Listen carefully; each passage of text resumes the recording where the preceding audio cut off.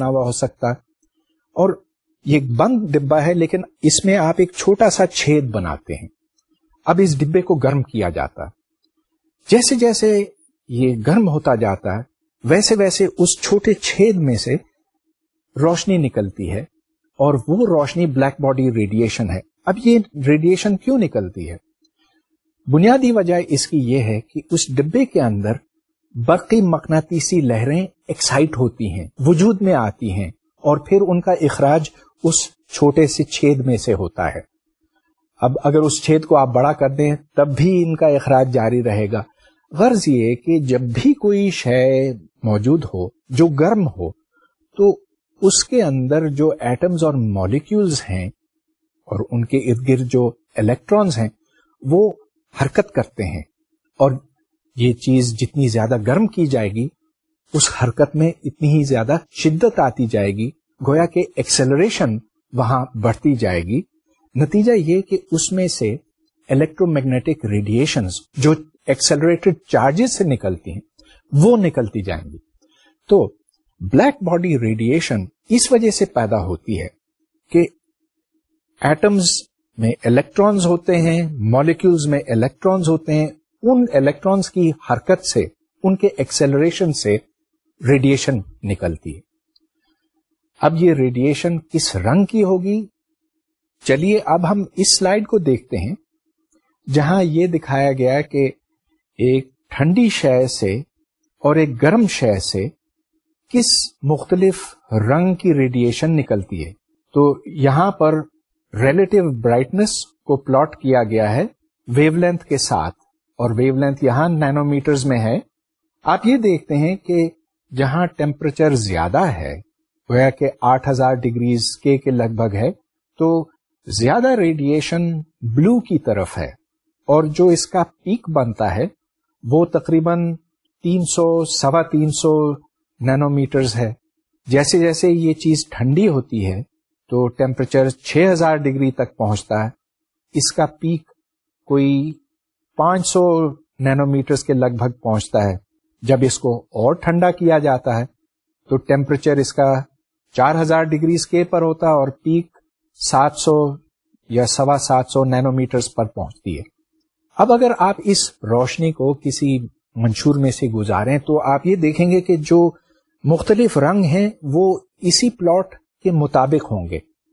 تو جہاں کوئی چیز زیادہ گرم ہے تو وہ نیلے کی طرف مائل ہوگی، جہاں کوئی چیز نسبتاً ٹھنڈی ہے تو وہ سرخ کی طرف مائل ہوگی. گویا کہ یہ پیک شفٹ ہوگا، اور اس پیک کی پوزیشن کا انحصار اس بات کے اوپر ہے کہ ٹیمپریچر کتنا ہے. اب اس چیز کو ایک سائنسدان جس کا نام وین تھا، اس نے اس پر غور کیا اور یہ جان لیا کہ جس ٹیمپریچر پر پیک ہے اور جس ویو لینتھ پر پیک ہے ان کا product, so lambda at the peak of maximum radiation times the temperature is equal to a constant. اس کو وینز لا کہتے ہیں، اور وینز لا کے مطابق lambda max into the temperature T is equal to 2.90 times 10 to the power minus 3 meters degrees Kelvin. اب یہاں lambda Max وہ ویو لینتھ ہے جس کے اوپر سب سے زیادہ امیشن ہوتی ہے، یعنی کہ وہ frequency is c divided by lambda, وہ فریکوینسی جو سب سے زیادہ ریڈیٹ ہوتی ہے. اب سوال یہ پیدا ہوتا ہے کہ آپ وینز لا کن حالات میں استعمال کر سکتے ہیں. مثال کے طور پر یہ کہنا بالکل غلط ہوگا کہ اگر ایک پھول کا رنگ نیلا ہے تو اس کا ٹیمپریچر 8000 ڈگریز کے ہے. نہیں، ایسے بالکل نہیں. وینز لا اس صورت میں استعمال ہو سکتا ہے جب کوئی شے ایکویلیبریم میں ہو، تھرمل ایکویلیبریم میں ہو، گرم ہو اور وہ کثیف ہو، تو اس سے جو روشنی نکلتی ہے وہ بلیک باڈی ریڈیشن اگر ہو تب آپ وینز لا استعمال کر سکتے ہیں. وینز لا کا اطلاق سورج اور ستاروں کے اوپر ہو سکتا ہے کیونکہ یہ تھرمل ایکویلیبریم میں ہیں اور یہ بہت گرم ہیں اور اندر میں بہت کثیف بھی ہیں.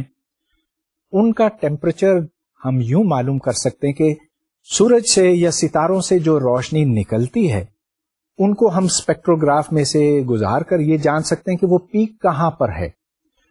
جہاں پیک ہوگا وہاں وینز لا لگا کر ہم ان کا سرفیس ٹیمپریچر معلوم کر سکتے ہیں. تو مثال کے طور پر جو ستارے ہمیں نیلے نظر آتے ہیں ان کا ٹیمپریچر کوئی 15,000 ڈگریز کے لگ بھگ ہے، جبکہ ہمارا سورج کوئی 5,800 ڈگریز کے لگ بھگ ہے. اس سے جو ٹھنڈے ستارے ہیں وہ زیادہ سرخ مائل ہیں. چنانچہ اس ڈائیگرام کو دیکھ کر ہم یہ جان سکتے ہیں کہ کون سا ستارہ کتنا گرم ہے. یہاں آپ یہ بھی دیکھ رہے ہیں کہ ایک انسان سے بھی تابکاری نکلتی ہے، بلیک باڈی ریڈیشن نکلتی ہے، لیکن اس کی انٹینسٹی ایک تو یہ کہ بہت کم ہوتی ہے، دوسرے یہ کہ وینز لا کے مطابق اس کی ویو لینتھ کافی زیادہ ہوتی ہے. بلیک باڈی ریڈیشن سے کتنی انرجی خارج ہوتی ہے اس کا ہم حساب لگا سکتے ہیں، اور ایک بڑا مشہور فارمولا ہے جو اسٹیفن بولٹزمین لا کہلاتا ہے. پی یعنی کہ the power radiated per unit area is equal to a constant جس کو سگما کا نام دیا گیا، multiplied by the temperature to the fourth power. So P is equal to sigma T to the power 4، اور sigma ایک constant ہے جس کی قیمت ہے 5.67 times 10 to the power -8 watts per metre squared per degree K to the power 4. Stefan Boltzmann law ایک انتہائی useful لا ہے، کیونکہ اس طرح سے ہم یہ جان سکتے ہیں کہ اگر کوئی جسم ہو جس کا ٹوٹل ایریا اے ہو اور اگر یہ ٹیمپریچر ٹی پر موجود ہو تو ہم یہ معلوم کر سکتے ہیں کہ اس میں سے کتنی انرجی خارج ہوتی ہے ہر سیکنڈ میں. اب چلیے اس سے متعلق میں ایک پرابلم سالو کرتا ہوں، اور پرابلم یہ ہے کہ سورج یہاں پر ہے اور اس کے گرد ایک سیارہ یوں گھوم رہا ہے. اس سیارے سے سورج تک کا فاصلہ کیپٹل آر ہے. سورج کا ٹیمپریچر T0 ہے، اور ہم یہ جاننا چاہتے ہیں کہ اس سیارے کا ٹیمپریچر کتنا ہے. ابھی ہم کیسے پتا کریں؟ اب یہ دیکھیں کہ اگر وہ سیارہ اس کے گرد چکر کاٹ رہا ہے تو اس کو سورج سے انرجی مل رہی ہے، لیکن اگر اس کو انرجی صرف ملتی ہی رہی تو اس کا مطلب یہ کہ اس کا درجہ حرارت بڑھتا چلا جائے گا اور وہ پگھل کر بخارات میں تبدیل ہو جائے گا. تو ظاہر ہے کہ ایسا نہیں ہوتا کہ وہ ایکویلیبریم میں پہنچتا ہے. اور ایکویلیبریم میں کیوں پہنچتا ہے؟ اس واسطے کہ اس سیارے میں سے پھر انرجی خارج بھی تو ہوتی ہے. کتنی انرجی خارج ہوگی یہ اس کے ٹیمپریچر کے اوپر منحصر ہے. تو چلیے اب ہم یہ حساب لگاتے ہیں کہ یہ ایکویلیبریم میں کن حالات میں پہنچے گا. ظاہر ہے کہ ایکویلیبریم کا یہاں مطلب یہ کہ جتنی انرجی اس کو سورج سے مل رہی ہے اتنی ہی انرجی وہ خلا میں ضائع کر رہا ہے، ریڈیٹ کر رہا ہے. تو ان دو کوانٹیٹیز کو اب ہم برابر کرتے ہیں. اس سیارے کا 1 اسکوائر میٹر رقبہ لیں تو اس سے جتنی انرجی خارج ہوتی ہے اسٹیفن بولٹزمین لا کے مطابق وہ ہے 1 into sigma T to the power 4. اور یاد رہے کہ یہاں پر اس سیارے کا ٹیمپریچر کیپٹل ٹی ہے. دوسری طرف اس کو جتنی انرجی ملتی ہے سورج سے وہ ہے total energy emitted by the sun, جو ایریا آف دا سن ہے 4 pi R sun squared multiplied by sigma into the temperature of the sun to the power 4. اب ہمیں اس بات کا حساب لگانا ہے کہ سورج میں سے جو روشنی نکلتی ہے اس کا کتنا حصہ اس 1 اسکوائر میٹر کے رقبے کے اوپر پڑتا ہے.